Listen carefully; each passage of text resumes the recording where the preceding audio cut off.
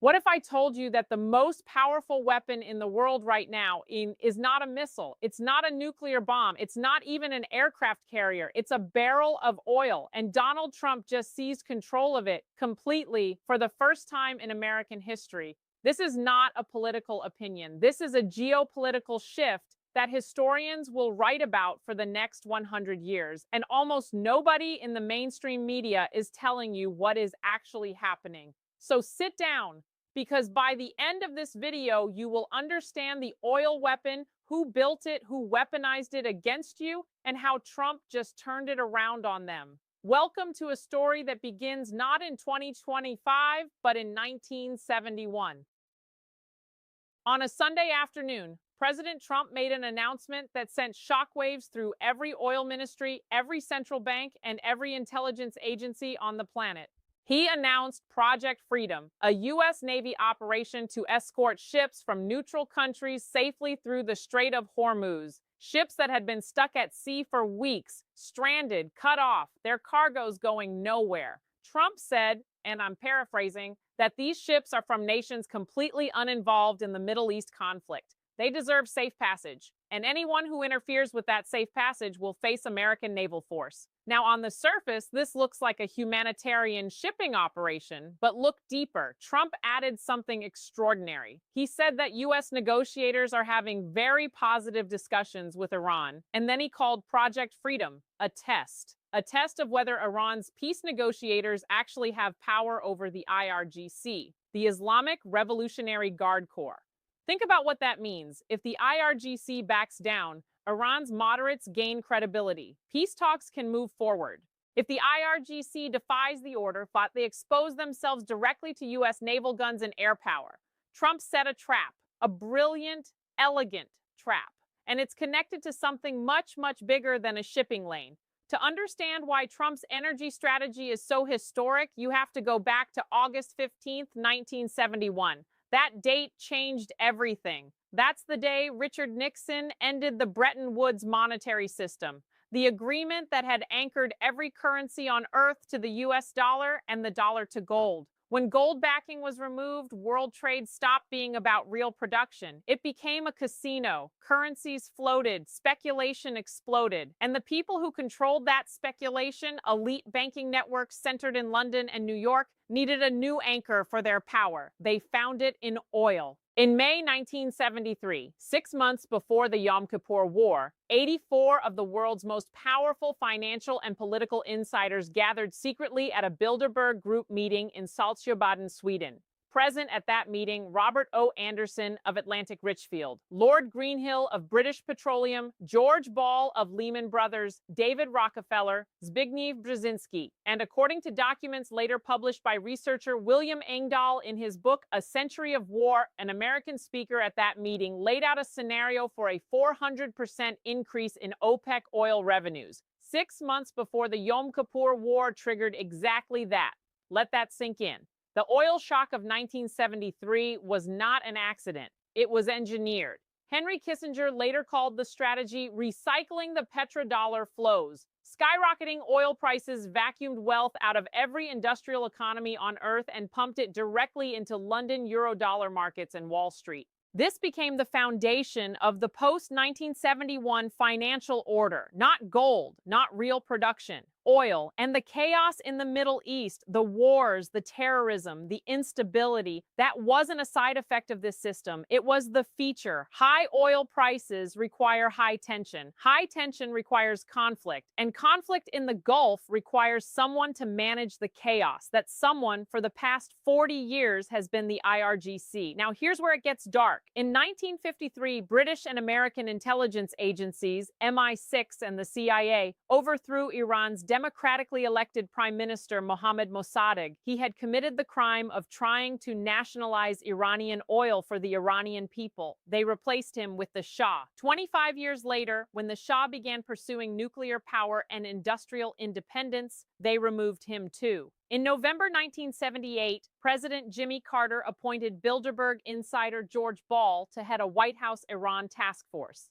Ball recommended that Washington abandon the Shah and back Ayatollah Khomeini's fundamentalist movement. The blueprint came from British academic Bernard Lewis at a 1979 Bilderberg meeting, a strategy to fracture the Muslim Middle East along tribal and religious fault lines. Lewis called it the Arc of Crisis. The result, permanent war, permanent chaos, permanent high oil prices, and right at the center of that chaos engine, the IRGC, MI6, the CIA, and Mossad all played roles in building and protecting the IRGC because a destabilized Gulf kept oil prices elevated, and elevated oil prices kept the petrodollar system running. The IRGC was not just Iran's military force, it was London's chaos management tool. And Trump just put it in his crosshairs. Now let's fast forward to today, because this is where the story turns. On April 20th of this year, the White House issued 5 presidential determinations under the Defense Production Act of 1950, directing the Department of Energy to deploy every tool the federal government has to expand oil, natural gas, coal, and large-scale energy production across the United States. The National Energy Dominance Council, chaired by Interior Secretary Doug Burgum and Energy Secretary Chris Wright, is running the operation, and it is working. According to the U.S. Energy Information Administration's March 2026 data, U.S. oil production has reached approximately 24 million barrels per day. That exceeds Saudi Arabia and Russia combined. The United States now produces more natural gas than Russia, China, and Iran put together. Empty tankers are flooding into U.S. Gulf ports from around the world to load up with American oil and gas. And as this conflict ends, and it will end, those presidential determinations guarantee a flood of supply that will drive energy prices way down globally. But here's the most important part. This war has displaced London's rigged oil pricing mechanisms. For 50 years, the price of global oil was set not by supply and demand, but by engineered scarcity and Middle East chaos. That era is ending. The new global energy pricing mechanism is stable American supply. And what does cheap, abundant energy do to an economy? It creates a manufacturing renaissance, a steel revival, an aluminum boom, a nuclear renaissance, a collapsing trade deficit. Treasury Secretary Scott Bessent described it directly. The economy is roaring, confounding every expert who predicted catastrophe from Trump's policies. The U.S. government also took a stake in Intel, America's national semiconductor champion. According to Bessent, the government has made between $30 and $40 billion on that position. The goal is national security through economic resilience, secure supply chains in semiconductors, critical minerals, pharmaceuticals, steel. This is not just an energy policy. This is the dismantling of the post-1971 petrodollar system from the inside. Now let's talk about why you haven't heard most of this from mainstream media. Because this didn't start with CNN or MSNBC or even the internet. It started 100 years ago by design. The architect was Walter Lippmann, a journalist who spent World War I at Wellington House, Britain's psychological warfare headquarters. In 1922, he published a book called Public Opinion, and in it, he argued that the American public was irrational, incapable of governing themselves. That truth was irrelevant to political outcomes. Instead, he argued a socially superior elite centered in London would shape public perception through the press. He called the process manufacturing consent. After World War II, that doctrine was institutionalized inside the U.S. government. The CIA built Operation Mockingbird, recruiting editors and reporters at the New York Times, Newsweek, CBS, and dozens of other outlets into a covert influence network. When the Church Committee partially exposed it in the 1970s, CIA Director William Casey rebuilt the operation under Reagan, installing a CIA propagandist named Walter Raymond inside the White House to run domestic narrative management. Raymond's operating principle was simple. Every story gets white hats or black hats. No nuance. Mobilize rage. Entertain. Never pursue the truth. Then came the foundation money. George Soros, the Ford Foundation, the Knight Foundation, liberal and progressive nonprofits became the primary sponsors of investigative journalism and university journalism schools. The reporters who emerge from those programs are not doing independent investigation. They are executing a pre-approved narrative.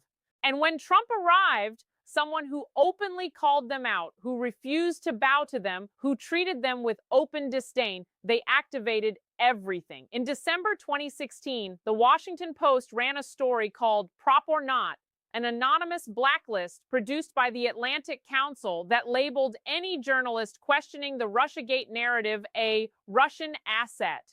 In December 2018, a hack exposed the British Integrity Initiative, funded by the British Foreign Office, the Obama State Department, and NATO, running coordinated journalist clusters across Europe and the United States specifically to censor pro-Trump or anti-globalist reporting. The Obama State Department's Global Engagement Center, created in 2016, became the Censorship Coordination Hub, working directly with Silicon Valley to deplatform, shadow ban, and demonetize dissenting voices. That apparatus ran continuously through January 2025. The only reason any of it cracked open, Elon Musk buying Twitter, now X. When the internal files were released, what the press called the Twitter files, it confirmed what independent researchers had been saying for years.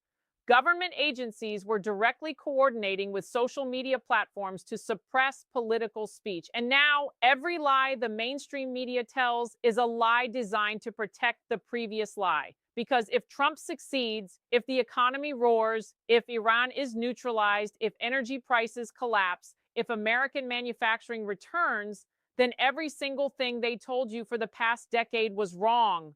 Not accidentally wrong, deliberately wrong. Trump knows this. That's why he doesn't flinch. That's why every press conference, every Truth Social post, every executive order, he acts like a man who knows exactly who his enemies are and is not the least bit afraid of them. So let's zoom all the way out. What is actually happening in 2025 and 2026? For 50 years, a system was built. A system that used oil scarcity, Middle East chaos, offshore finance, petrodollar recycling, and manufactured propaganda to extract wealth from ordinary people, American workers, European workers, developing nations, and concentrate it in the hands of a financial elite operating primarily out of London and New York. That system required four things to keep functioning. 1, high oil prices maintained through engineered Middle East conflict. 2, a controlled financial system where speculative capital, not production, determined winners and losers. 3, deindustrialization of the United States and other sovereign nations, making them dependent on global supply chains controlled by that same financial elite. 4, a propaganda apparatus sophisticated enough to convince the population that all of this was normal, inevitable, or even their own fault. Trump is attacking all four simultaneously. Energy dominance destroys engineered oil scarcity. The tariff and reshoring agenda rebuilds American industry. Project Freedom and the confrontation with the IRGC dismantles the chaos infrastructure that kept oil prices inflated. And his open warfare with the media, combined with the emergence of alternative platforms, is cracking the propaganda apparatus. This is why the opposition is so hysterical. This is why they call everything a crisis. Why every week brings a new emergency. Why the tone never calms down, because calm would let you think, and thinking would let you see what's actually happening. In 1776, a group of men signed a document that declared independence from the most powerful empire on earth. They didn't know if they would survive the week. They didn't know if their army would hold. They didn't know if France would come through with support. They acted anyway, because they understood something that most people in comfortable times forget. History is not made by the people who wait for certainty. It is made by the people who act with courage when the outcome is unknown. You are living through one of those moments right now. The question is not whether you agree with every policy, every tweet, every decision. The question is whether you understand the scope of what is being attempted and whether you have the courage to look past the noise to see it. Most Americans have been denied this history. They were never taught how the petrodollar system worked. They were never told who built it, who it served, and who paid the price. Now you know, share this video because knowledge is the one thing that cannot be taken from you once you have it, and subscribe because this story is not over. It has barely begun.